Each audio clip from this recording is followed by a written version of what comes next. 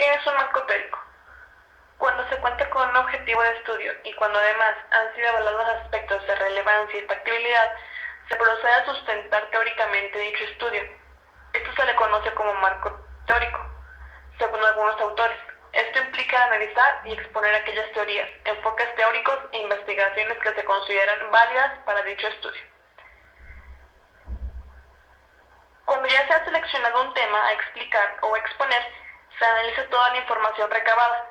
Se verifica que sus ideas sean coherentes, viables y estén armadas lógicamente, para poderlas considerar válidas en el estudio o investigación. Funciones principales del marco teórico. 1. Ayuda a prevenir errores que se han cometido en otros estudios.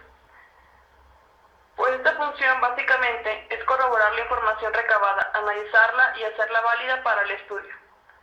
2. Orientar de cómo se va a llevar a cabo el estudio. Explicar cómo es que se hará el estudio y su investigación. 3. Ampliar el horizonte de estudio y la guía de investigación para que éste se centre en su problema, evitando una desviación del planteamiento original. Permite concentrarse y enfocarse en el tema original. 4. Conduce al establecimiento de hipótesis o afirmaciones que más tarde se someterán a prueba en la realidad. 5. Inspira nuevas líneas y áreas de investigación. 6. Provee de un marco de referencia para interpretar los resultados del estudio. Etapas de la elaboración del marco teórico. La elaboración del marco teórico comprende de 2 etapas. A. La revisión de la lectura correspondiente y B. La adopción de una teoría o desarrollo de una perspectiva teórica. La primera fase de la elaboración del marco teórico es la revisión de la lectura, que consiste en detectar, obtener y consultar bibliografía y otros materiales que puedan ser de ayuda para los propósitos del estudio, así como en extraer y recopilar información relevante y necesaria que se enfoque al problema de investigación. Es decir, investigar el tema y solo el tema que es la base del estudio, en libros, internet, enciclopedias o cualquier otro medio de investigación, y recopilar solo lo más importante y necesario para la elaboración de un estudio correcto. Detección de la lectura en otros documentos. Tanque menciona 3 tipos de fuentes de información para llevar a cabo la revisión de la lectura. 1. Fuentes primarias o directas.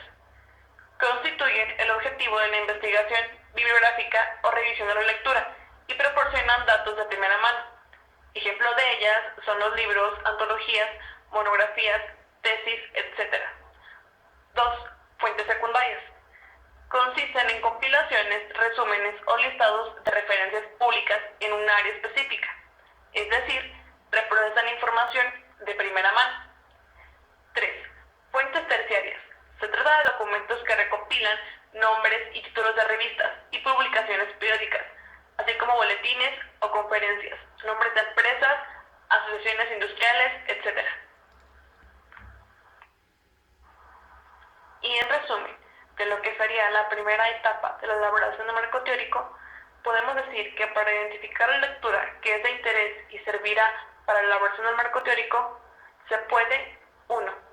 Acudir directamente a las fuentes primarias u originales, que son los libros, enciclopedias, antologías, tesis o cualquier documento original. 2. Acudir con expertos en el área para la orientación de la detección de literatura pertinente, así como fuentes secundarias. Es decir, pedir a un experto en el tema ayuda para encontrar fuentes tanto primarias como secundarias, que seguramente él conocerá. 3. Acudir a fuentes terciarias para localizar fuentes secundarias y a través de ellas detectar las primarias de interés.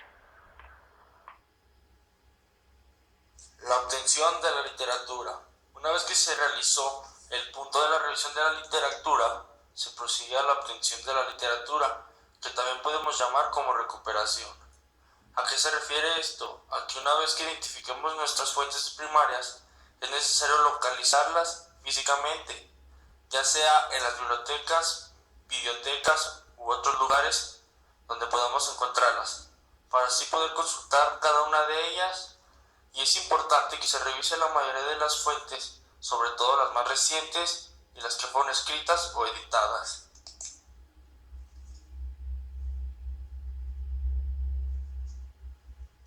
consulta de literatura.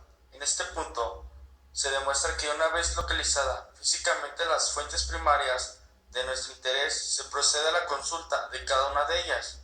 Para comenzar, consiste en seleccionar aquellas fuentes que serán de más utilidad para nuestro marco teórico y así desechar aquellas que no nos sirvan o no nos ayuden para conseguir nuestro objetivo.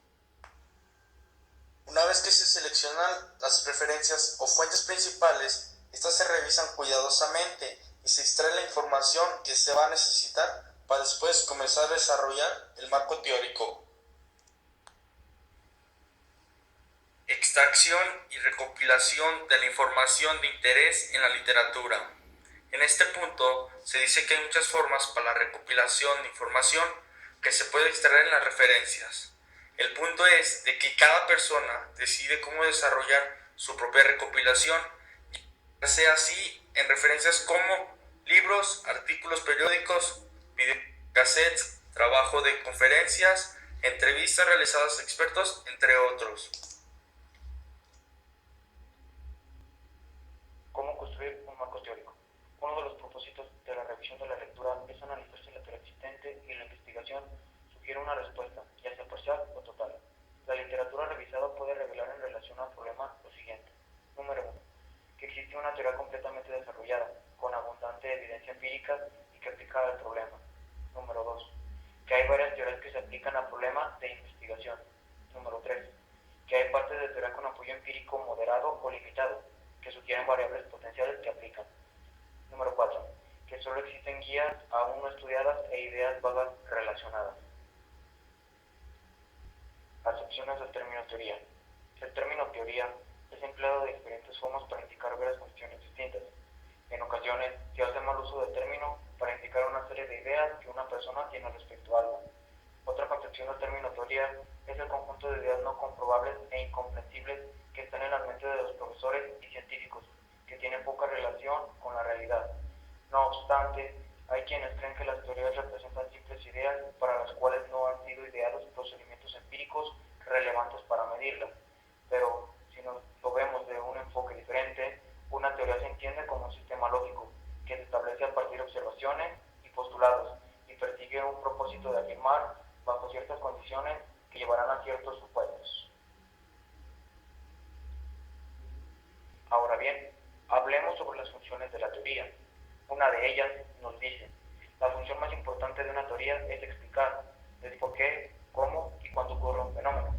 Otro de ellos nos menciona que es sistematizar o dar orden al conocimiento sobre un fenómeno o realidad, conocimiento en que muchas de las veces es disperso y no se encuentra organizado. Uno más nos dice, predicción, es decir, inferencias a futuro sobre cómo se va a manifestar o ocurrir un fenómeno dadas ciertas condiciones. Dadas estas funciones, nosotros podemos ver que una teoría es muy importante cuando nosotros realizamos un trabajo de investigación. Aunado a que si no cumple con estas funciones, nuestra teoría puede estar en riesgo de que no tenga un sentido, de que no nos diga el porqué de un fenómeno, o no nos manifieste una predicción, como se mencionó anteriormente. Ahora es momento de hablar sobre la utilidad de la teoría. La teoría es útil para describir, explicar y predice el fenómeno o hecho al que se refiere. Además, organiza el conocimiento y orienta la investigación. Una teoría explica verdaderamente cómo y por qué ocurre o se manifiesta un fenómeno. Si no logra esto, entonces no es teoría y podrá ser llamada creencia, conjunto de suposiciones, especulaciones que la gente hace a través del tiempo. Cuando hablamos de teorías, nos preguntamos si todas son útiles o alguna de ellas es mejor que la otra. Es importante resaltar que todas las teorías nos aportan conocimiento, debido a que cada una de ellas está vista de diferentes ángulos respecto al autor, pero algunas de ellas se encuentran más desarrolladas que otras.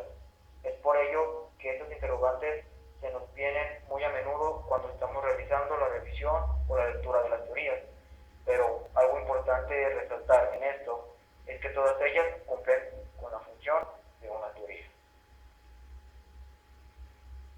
Es momento de hablar sobre los criterios para evaluar una teoría. Esta se lleva a cabo en 5 puntos. El primero de ellos nos dice, capacidad de descripción, explicación y predicción. Una teoría debe de ser capaz de describir y explicar el o los fenómenos a los que se hace referencia. Explicar es así, incrementar el conocimiento, y si la predicción está asociada a qué pasará en un determinado lapso de tiempo. El número 2 nos dice, consistencia lógica. Una teoría tiene que tener lógica, es decir, las proposiciones que la integran deben estar interrelacionadas, ser mutuamente excluyentes y no caer en contradicciones. El punto número 3 nos dice, perspectiva. Se refiere al nivel de generalidad. Una teoría posee mayor perspectiva cuanto mayor cantidad de fenómenos explique y mayor número de aplicaciones admita. El número 4 nos dice, fructificación, capacidad que tiene la teoría de generar nuevas interrogantes y descubrimientos. Y por último, parsimonia, es una teoría simple y sencilla. ¿Qué estrategia seguir para la construcción del marco teórico? ¿Adoptamos una teoría o desarrollamos una perspectiva teórica? Básicamente lo podemos abordar en 3 puntos. El primero de ellos, existencia de una teoría completamente desarrollada. Esto se da cuando encontramos con una teoría capaz de describir, explicar y predecir el fenómeno de manera lógica y consistente, y que reúne los criterios para la evaluación de una teoría. Es así cuando nos encontramos ante una teoría sólida. El segundo punto es abordar la existencia de varias teorías que se aplican al problema de investigación. Elegir la teoría que se evalúe más positivamente. Tomar de las teorías solo aquello que se relacione con el problema.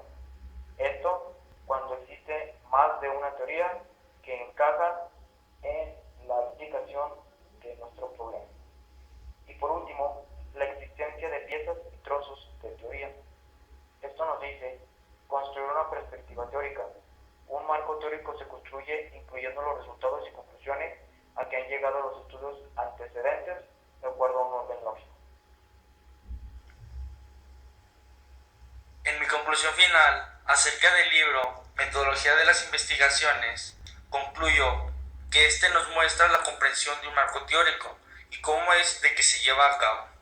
Como aprendizaje es de que un marco teórico se tiene que tener en cuenta un objetivo de estudio y se sustenta en base a investigaciones que implica el analizar y exponer cada teoría que se considera válidas para el estudio.